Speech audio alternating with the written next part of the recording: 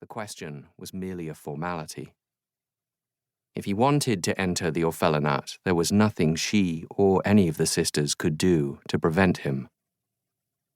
"I thought," she said, "that when you came before and then left, it meant you had not found what you wanted here."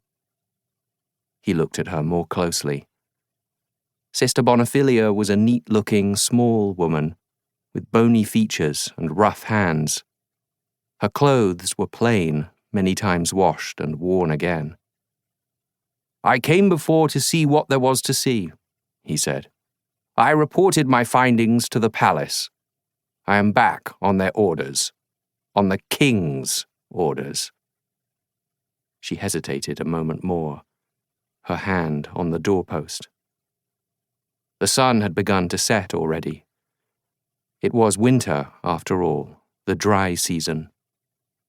The clouds massed on the horizon had begun their transformation into roses and gold.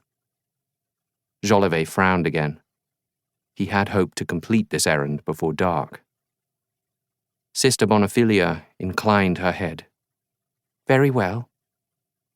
She stepped back to let Jolivet over the doorstep.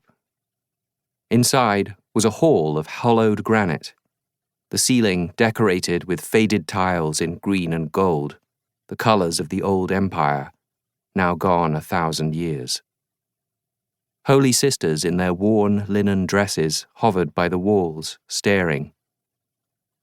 The stone floor was worn past smoothness by the passage of years.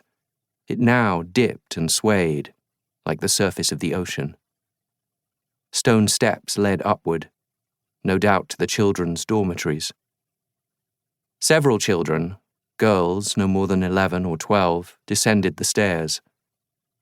They stopped, wide-eyed, catching sight of Jolivet in his gleaming uniform of red and gold, his ceremonial sword at his side.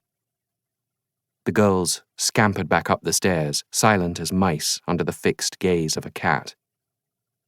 For the first time, Sister Bonaphilia's composure began to fray. "Please," she said, "coming here like this, it will frighten the children." Jolivet smiled thinly. "I need not stay long at all if you will cooperate with the king's orders." "And what are those orders?" Kell and Cass were playing pirate battles in the dirt. It was a game they had invented, and required few tools save sticks and several prized marbles, which Kell had won from some of the older boys at card games. Kell was cheating, as he usually did, but Cass never seemed to mind. He gave the game his full concentration anyway, locks of his dark blonde hair falling into his freckled face as he scowled and plotted his ship's next move. Only a few minutes ago, Sister Genofa had shooed them, along with most of the other boys in their dormitory, out to the garden. She did not say why, only urged them to amuse themselves. Kell had no questions. Usually at this hour, he would be at the wash basin, scrubbing his face and hands with harsh soap in preparation for dinner. "A clean soul in a clean body," Sister Bonaphilia liked to say. "Health is wealth, and I wish you all to be rich." Kell pushed his hair back.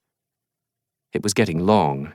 Soon enough, Sister Bonaphilia would notice, seize him, and lop it off with kitchen shears, muttering to herself. Kell didn't mind. He knew she had a special affection for him, as she often went out of her way to sneak him tarts from the kitchen, and only yelled at him a little bit when he was caught climbing the more dangerous rocks, the ones that jutted out over the ocean.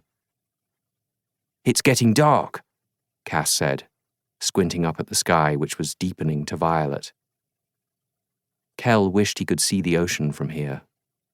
It was the one thing that never bored him, looking at the sea. He'd tried to explain it to Cass, how it always changed, was a different color every day, the light slightly altered. But Cass only shrugged good-naturedly. He didn't need to understand why Kell did the things he did. Kell was his friend, so it was all right.